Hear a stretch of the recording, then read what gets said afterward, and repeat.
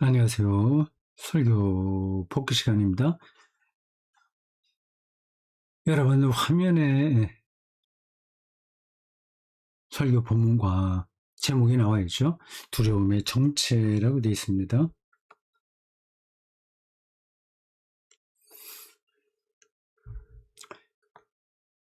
두려워하지 말라 하는 그 표현이 반복해서 나옵니다. 설교 앞부분에서 뭐죠? 베르디의 레퀴엠을 지난 주간에 한번 관람할 기회가 있었다는 거 얘기하면서 예수 그리스도의 십자가 상에서 엘리엘리 라마 사박다니 하고 연관해서 설명을 했습니다. 베르디의 레퀴엠을 잠깐 들려드리려고요. 아주 짧은 부분만 드리겠습니다. 그 레퀴엠 진홍곡이죠. 안식을 구하는 겁니다. 레퀴엠 에테르남 영원한 안식을 허락하소서로 시작해서 리베람에 우리를 구원하소서로 끝납니다. 그 중간에 그 전체를 끌어가는 모티브가 있다고 그랬죠. 그 진노의 날입니다. 아주 유명한 곡입니다. 그 안에 여러 곡들이 나오거든요. 우리가 잘 아는 그 라틴어 가사 그 끼리 LA송 당연하게 내오죠. 끼리 LA송 여러 가지가 나오는데 진노의 날이 아주 유명합니다. 2002년도 아바도가 베를린 필하모닉과 같이 연주한 그 곡을 그 동영상을 잠깐 보여드릴까 합니다. 이 작동을 제가 잘 해야 되는데 마이크는 일단 끄겠어요. 한번 들어보세요. 진노의 날 일부를 보내드리는 겁니다.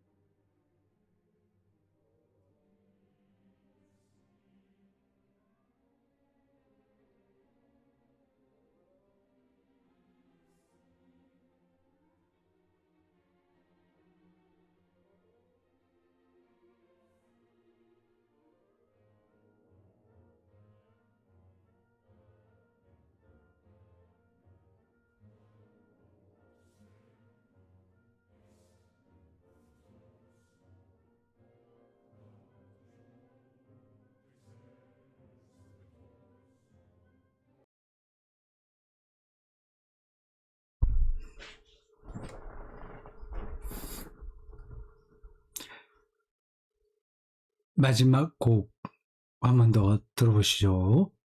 리베라메 라는 제목입니다. 우리를 구원하소서.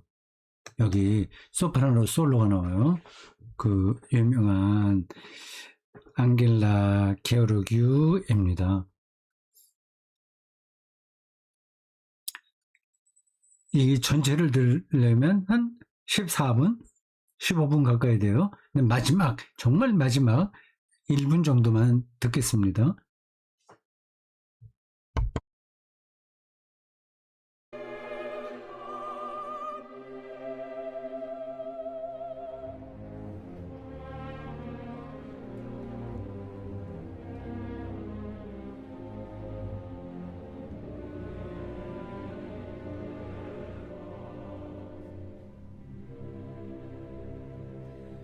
Liberame Domine de morte eterna, in die illa tremenda.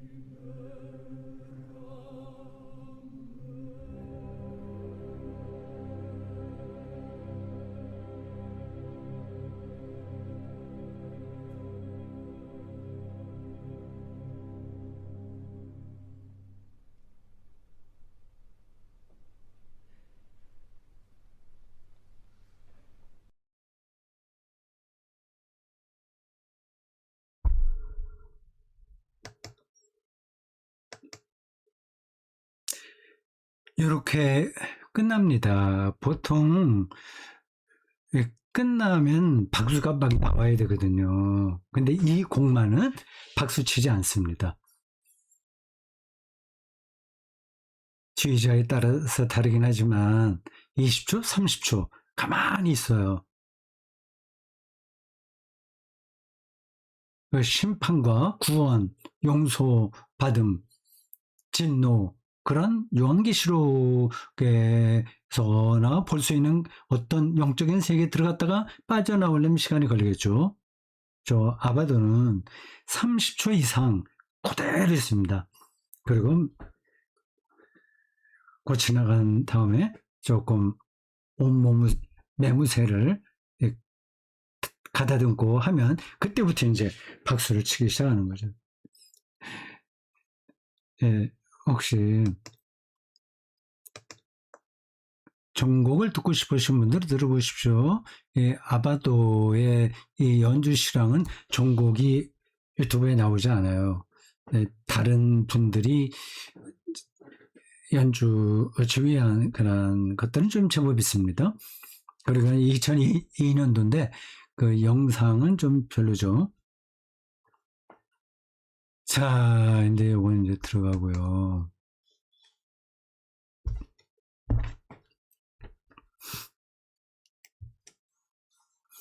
베르디에 대해서는 더 이상 얘기하지 않겠습니다. 예수의 엘리 라마 사박다니 하고 연관됐다고 했습니다. 자기 식구가 내가 평화를 주러 온 줄 아냐, 평화가 아니라 칼이다, 이런 얘기를 하잖아요. 아, 이게 뭐지? 갑자기 예수께서는 평화의 왕으로 오셨어요. 평화의 왕. 그래서 우리는 예수 그리스도의 평화를 이야기합니다. 로마의 평화와 대립 개념으로서 그리스도의 평화를 이야기합니다. 그래서 이게 당연한 거죠. 자연스러운 거잖아요. 그리스도교가 들어가는 곳에는 평화가 일어나야 되잖아요. 그리고 그리스도교 신앙으로 사는 사람들은 어디 가서나 평화로워야 되잖아요. 평화를 위해서 어떻게 하는 사람들은 뭐 복이 있다. 그런 팔복에 나온 말씀도 있고 말이죠. 그런데 평화를 주러 온 게 아니라 칼을 주러 왔다고 오늘 본문에서 이야기를 합니다. 영 달라요. 우리가 칼을 들고 싸우자. 이제 그런 얘기 아닌 거죠. 이게 서로 정반대처럼 들리지만 결국은 한 가지다. 그런 말씀 드렸습니다. 자기 집안 식구가 원수다.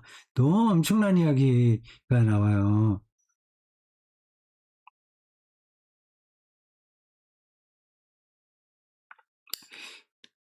칼, 원수라는 이 메타포를 통해서 기독교 영성의 어떤 그 날선 자리를 이야기하는 겁니다. 기독교인들은 온유해야 돼요. 당연하죠.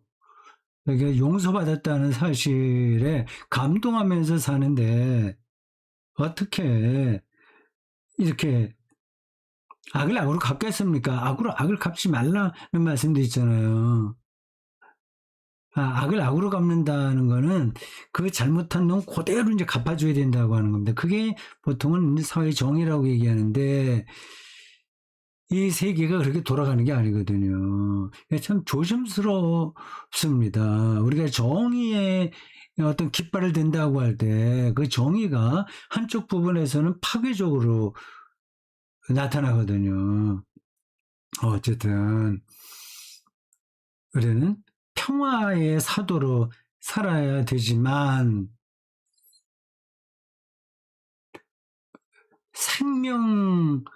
생명이라는 점에서는 궁극적인 생명이죠. 거기서는 칼날 위에 선 것처럼 사는 거죠.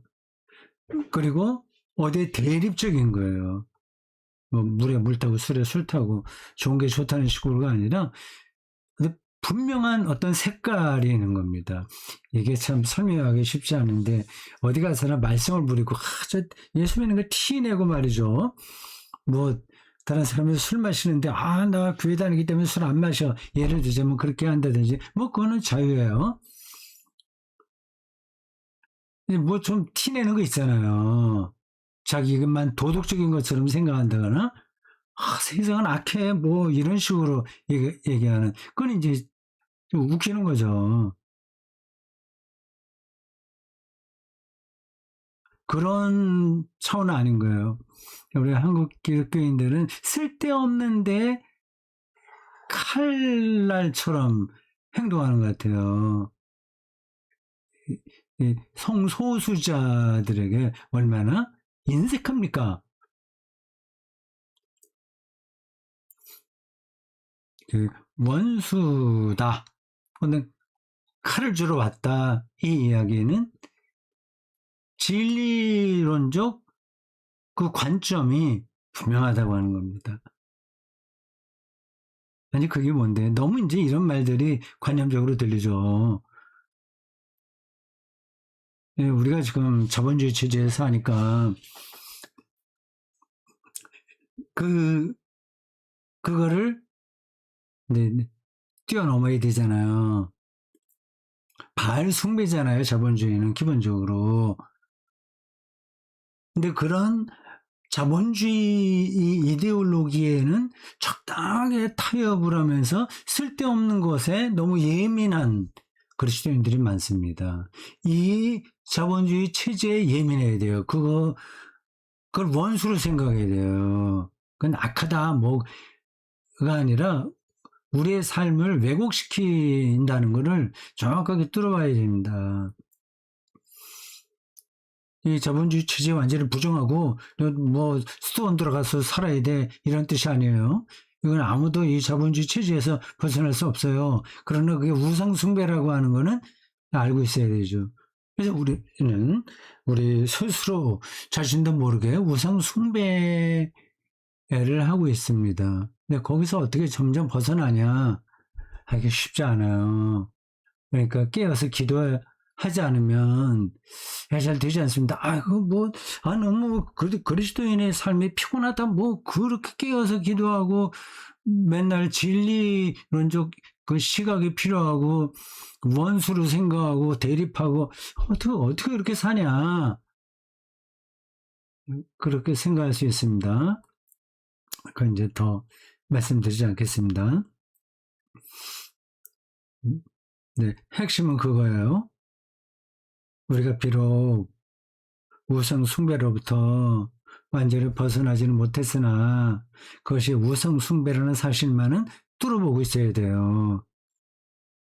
그래야 거기에 더 기울어지지 않죠. 결국은 우리가 하나님 앞에서 완벽하게 그 준비가 된 사람으로 살지는 못해요. 그래서 늘 레퀴엠 이야기 했습니다만 키리 LA송 기도를 놓치지 말아야 되고 저 레퀴엠의 마지막 가사처럼 리베라메를 붙들고 살아야 됩니다. 이게 이중적이죠. 이 현실 어쩔 수 없어요. 여기서 완전히 뭐 모든 자본주의 체제를 부정하고 살 수는 없고 그게 한 부분이고요. 그러나 그게 우리의 영혼을 얼마나 혼란스럽게 만드는지는 뚫어봐야 되는 거죠. 단테 신곡 얘기했습니다. 지옥 얘기했다 말이죠. 지옥. 신곡 지옥 편에서 그런 얘기를 해요. 여기 들어오는 자는 희망을 품지 마라 하는 겁니다. 영원한 생명에 대한 희망을 품지 말아야 되는 거죠. 말아야만 그렇게 살 수 있어요. 지옥으로 살 수 있어요. 하고, 누가 그 지옥처럼 살라고 하나? 지옥 가기 싫어. 지옥처럼 자기가 원해서 가지 않아. 얘기할 겁니다. 그렇지 않아요. 자기가 들어가는 겁니다. 그 안으로 머리를 치밀고 들어가는 거예요. 하나님이 이렇게 사람들을 너 예수 믿지 않아서 교회 안 다녔어. 그러니까 지옥불에서 영원하게 고통당해야 돼. 이렇게 하시겠습니까? 자기가 선택한 하나님을 믿지 않는 것, 그 설교 부분에서 얘기했어요. 하나님의 사랑에서 배척당하는 거, 그게 지옥인 거예요. 희망이 없는 거죠. 영원한 생명에 대한 희망이 없는 거죠. 레퀴엠, 에테르남, 영원한 안식을 주소서. 이거는 기도를 드리지 않는 거예요. 여기서 잘 먹고 잘 사는데 지금 수십억 재산이 있고 어떤 때 수백억도 있었겠죠. 그리고 이 돈 버는 게 얼마나 재밌는데 죽은 다음에 영원한 생명 이건 기독교인들 너희들만 하고 나는 상관없어. 내가 여기서 재밌게 이렇게 사는 것은 나는 만족해. 여기서 다른 사람에게 그렇게 해코지하지 않고 그렇게 살 거야. 근데 사실은 말은 그렇게 하지만 해코지를 왜 안 해요? 자기도 모르면서 하는 겁니다. 이 문화 자체가 해코지하게 돼 있어요. 예를 들자면 축산업이 공장식으로 돌아가잖아요. 우리가 먹는 계란이 조그만 틀 안에서 사는 그 닭들이 강제로 그렇게 낳는 거일 수 있잖아요. 그 닭의 동물의 인권, 동물권이라고 얘기하는데 그런 것들이 다 부정되고 있잖아요. 그리고 우리나라가 치킨 산업으로 유명하잖아요. 근데 그놈들이 다 어렸을 때 나온단 말이에요. 하나 생명인데. 근데 우리 그거를 맛있게 먹고 그걸로 돈 벌고 하니까 이게 만족스럽다 이런 생각. 자기가 그거를 다 모르면서도 폭력적으로 사는 거죠. 그래도 그거 이거저거 우리가 모든 세계 평화, 동물권 그리고 이런저런 약자들 이런 건 일일이 다 어떻게 생각하면서 하냐. 그냥 최선으로 열심히 돈 벌고 아주 재밌게 살면 그것으로 충분하지 이렇게 얘기를 할 겁니다.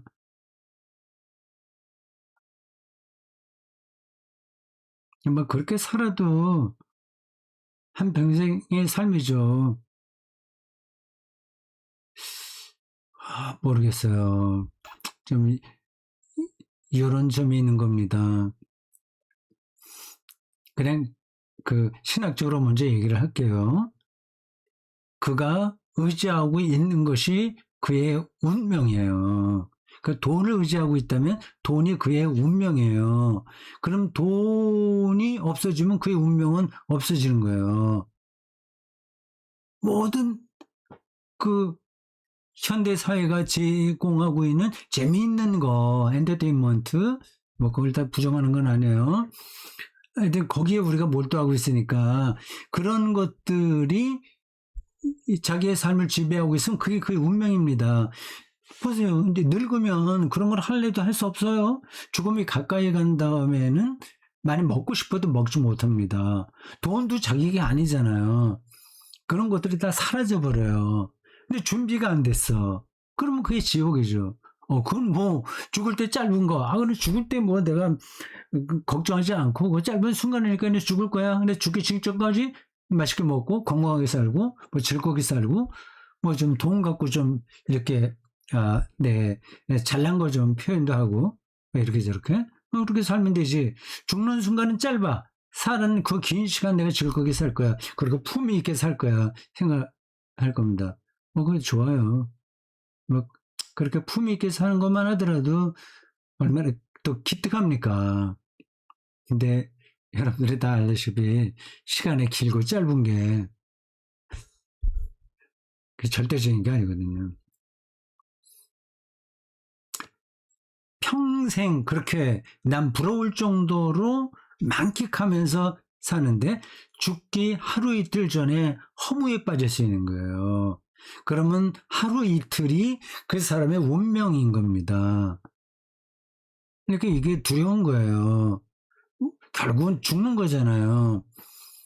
그 죽음의 순간에 내가 영원한 생명에 대한 희망이 있느냐 없느냐 그게 중요한 겁니다. 근데 그게 제 설득이 안 돼요. 아무리 살아있을 때 좀 점잖게 교양 있게 사람들에게 베풀기도 하고 뭐 멋지게 살면 되지. 영원한 생명? 키리에 에테르남? 영원한 안식? 이게 뭐 말라 비틀어진 거냐. 속된 표현으로 그래. 그래서 사람들이 생각합니다. 그거를 넘어서야 돼요. 죽는 순간이 중요한 거죠. 죽는 순간에 영원한 생명, 그 영원한 생명이 뭐냐 하는 거를 설명하려고 하더라도 그건 또 다 다른 문제예요. 또 많은 시간이 필요합니다. 죽는 순간 뭐 일주일이 될지 사람에 따라 다르죠. 뭐 한 달이 될지 뭐 자다가 죽을지 어떨지 그때 그 순간에 영원한 생명에 대한 희망으로 충만하기 위해서라도 살아있을 때 그러한 영원한 생명을 노래해야 됩니다. 그렇게 예배를 해야 됩니다. 그래서 수행해야 되는 거예요. 그 죽음의 순간에 준비한 사람들은 영원한 생명과 일치가 되는 거죠. 그걸 영원한 생명이 있는지 없는지 어떻게 알아? 그건 또 다른 많은 설명이 필요합니다. 우리 그리스도교에서는 예수 안에서 부활 생명을 희망하잖아요. 이게 뜬구름 잡는 이야기가 아닌 거예요. 그 안으로 들어가는 사람일수록 그게 더 선명해요. 이런 것들을 그건 자연과학이 그거를 뭐 증명하지는 못하는 건데 그게 뭐 가짜 아니야? 그냥 자기가 망상하는 거 아니야? 이런 현대인들의 사고방식을 뛰어넘어야 됩니다.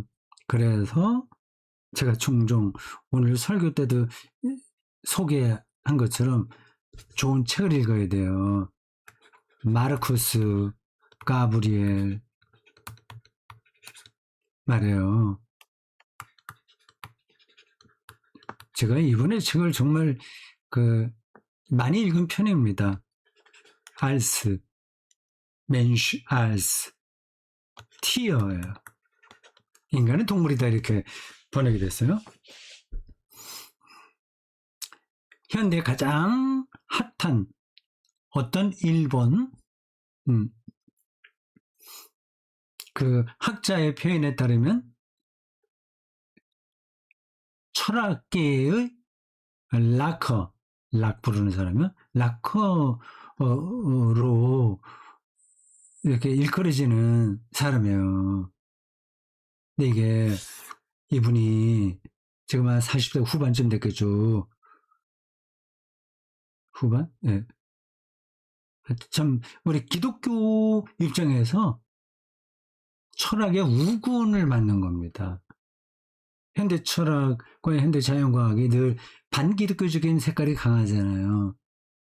이런 이야기는 또 아는 게 필요한데 언제 한번 제가 이 마르쿠스 가브리의 책을 한번 강독하고 싶습니다. 그러니까 자연과학은 세계의 리얼리티를 결정할 수 있는 유일한 길이 아니다 얘기하는 거예요.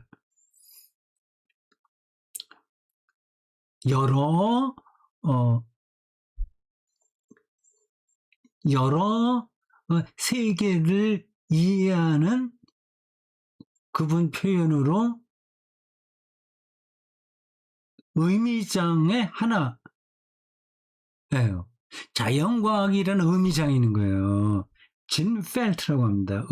자연과학의 논리로 돌아가는 어떤 세계가 있는 거예요. 근데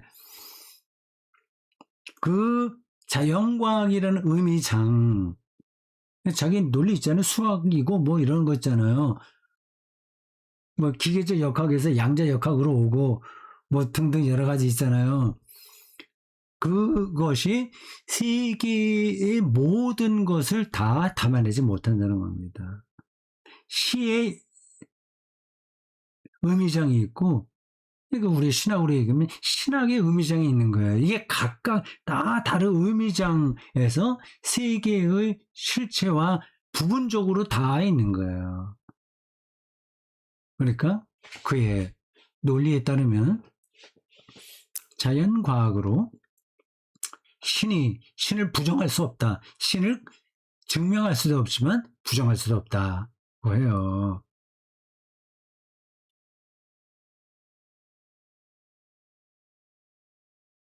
그러니까 자연과학이 뭐라고 얘기했냐 우리 참고하고 그건 맞다 이런 정도로만 생각하면 되고요. 그것 때문에 우리 기독교적인 2000년의 역사에 나타난 신앙의 세계를 부끄럽게 생각하면 하나도 안 됩니다.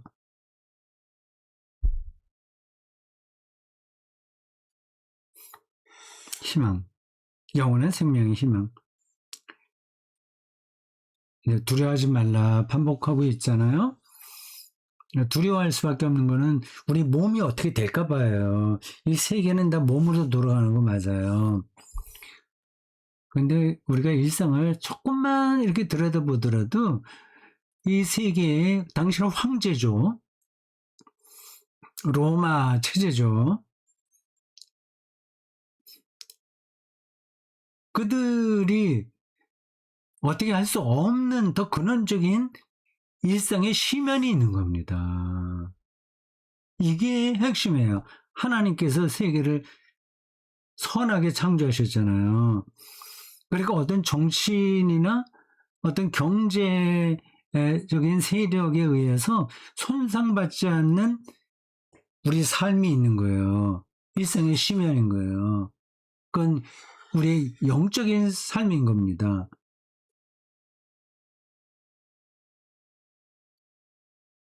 일종의 심연이 뭐냐, 이거 말은 좀 어렵게 들리는데, 아주, 아주 명백하다고 하는 거 말씀드렸죠. 물 한 잔 마시는 거, 물 한 잔 마시는, 우리가 가난하다고 하더라도 물은 마실 수 있잖아요. 실업자라고 하더라도 실업수당 받고 사는 좀 이 자본주의 체제에서 루저가 됐다고 하더라도 물 한 잔 마실 수 있잖아요. 숨을 쉴 수 있잖아요. 이게 얼마나 뿌듯한 거예요. 근데 그런 걸로 만족하지 못하니까 더 계속해서 몸을 지배하는 그 세력을 두려워하고 우리 영혼까지 거기에다 팔아넘기는 겁니다. 이건 당신 말하는 건 뭐 그럴듯하긴 한데 현실에서 그게 아니잖아. 거기서 이제 벗어나야 되는 거죠.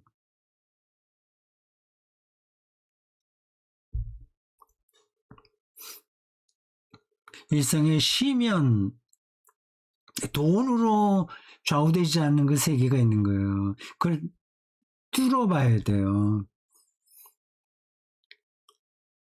이제 그 모든 것의 최고 정점은 하나님 경험이라고 했습니다.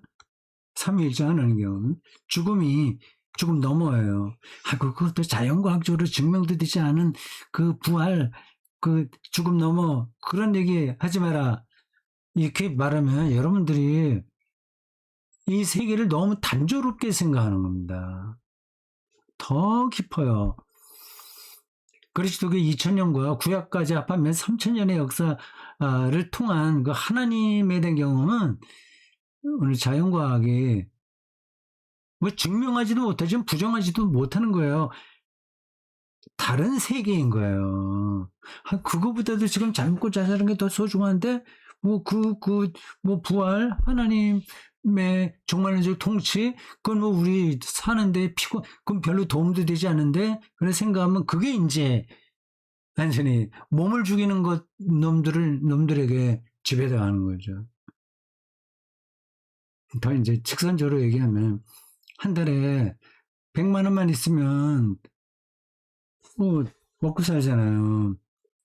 물론 지금 한창 자식 키우고, 융자 갚아야 되고 그런 사람들하고는 좀 다른 얘기지만, 이게 지금도 좀 줄어도 돼요, 수입이.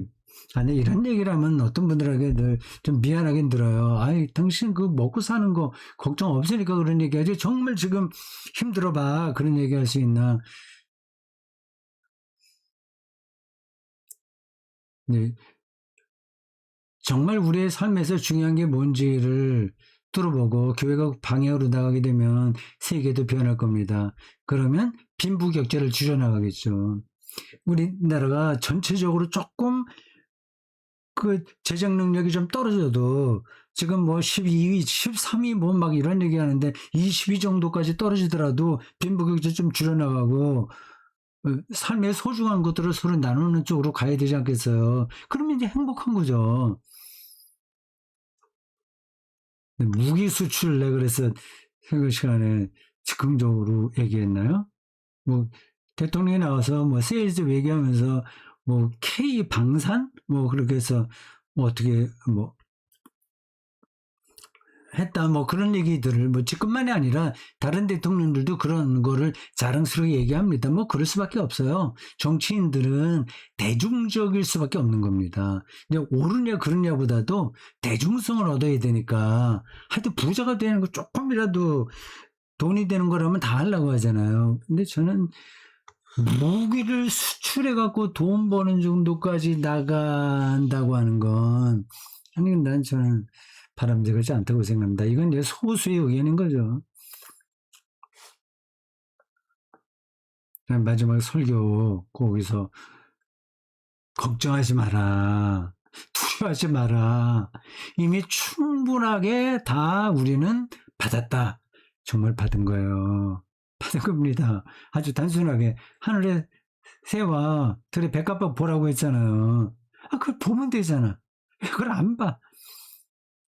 그러면서 거기서 생명의 충만함을 느낄 수 있잖아요. 그것으로 충분하게 만족할 수 있잖아요. 다른 사람 못하는데 서로 경쟁하는데 그건 놔둬야지 어떻게 하겠습니까?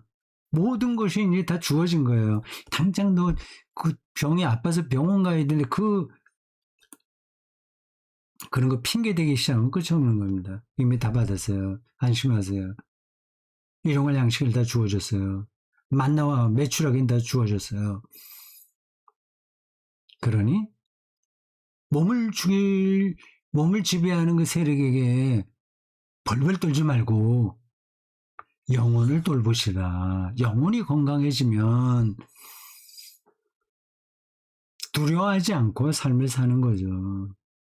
물론 이런저런 실질적으로 어려운 일들이 생기긴 해요. 걱정도 해요. 그러나 그건 지나가게 됩니다. 궁극적으로 죽음에 부닥치게 되는데 우리의 영혼이 성숙해지면 영원한 생명과 연결되면 우리 그 죽음마저 넘어섭니다. 잘 될까? 혹시 그렇게 생각하시는 분들 계세요? 그걸 경험하지 못했으니까 믿지도 못하는 거죠. 영혼 돌보는데도 힘쓰시라. 근데 세상 사는 거는 적당히 해도 돼요. 게으르지 않게 성실하게 그냥 살면 돼요. 다 해결됩니다. 아, 제가 너무 흥분해서 얘기를 했나요? 여기까지입니다. 레퀴엠, 아바도, 이제 전곡은 안 되니까 다른 곡이라도 한번 시간 넉넉할 때 한번 들어보십시오.